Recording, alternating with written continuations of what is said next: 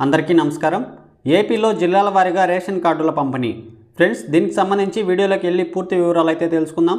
ప్రభుత్వం నుండి వచ్చే ఇలాంటి తాజా సమాచారం ఎప్పటికప్పుడు మిస్ అవ్వకుండా తెలుసుకోవాలనుకుంటే మన ఛానల్ని సబ్స్క్రైబ్ చేసుకోండి, అలాగే ఒక లైక్ ఇవ్వడం మర్చిపోకండి। ఇక లేట్ చేయకుండా వివరాల్లోకి అయితే వెళ్ళిపోదాం।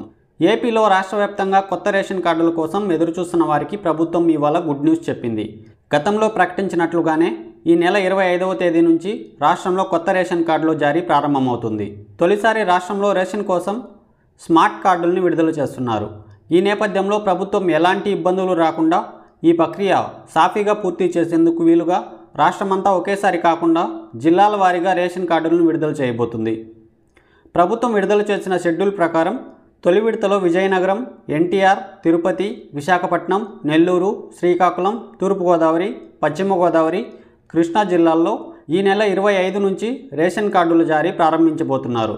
అనంతరం ఈ నెల 30వ తేదీ నుంచి చిత్తూరు, కాకినాడ, గుంటూరు, ఏలూరు జిల్లాల్లో రేషన్ కార్డుల జారీ ప్రక్రియ ప్రారంభమవుతుంది।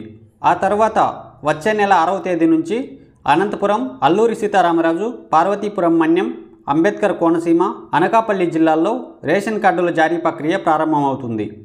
చివరిగా వచ్చే నెల 15వ తేదీ నుంచి రాష్ట్రంలో మిగిలిన బాపట్ల, పల్నాడు, వైఎస్ఆర్ కడప, అన్నమయ్య, శ్రీ సత్యసాయి, కర్నూలు, నంద్యాల, ప్రకాశం జిల్లాల్లో రేషన్ కార్డుల జారీ ప్రక్రియ ప్రారంభమవుతుంది। ఇలా 4 దశల్లో రాష్ట్రం మొత్తం రేషన్ కార్డుల జారీ ప్రక్రియ పూర్తి చేయాలని ప్రభుత్వం నిర్ణయించింది।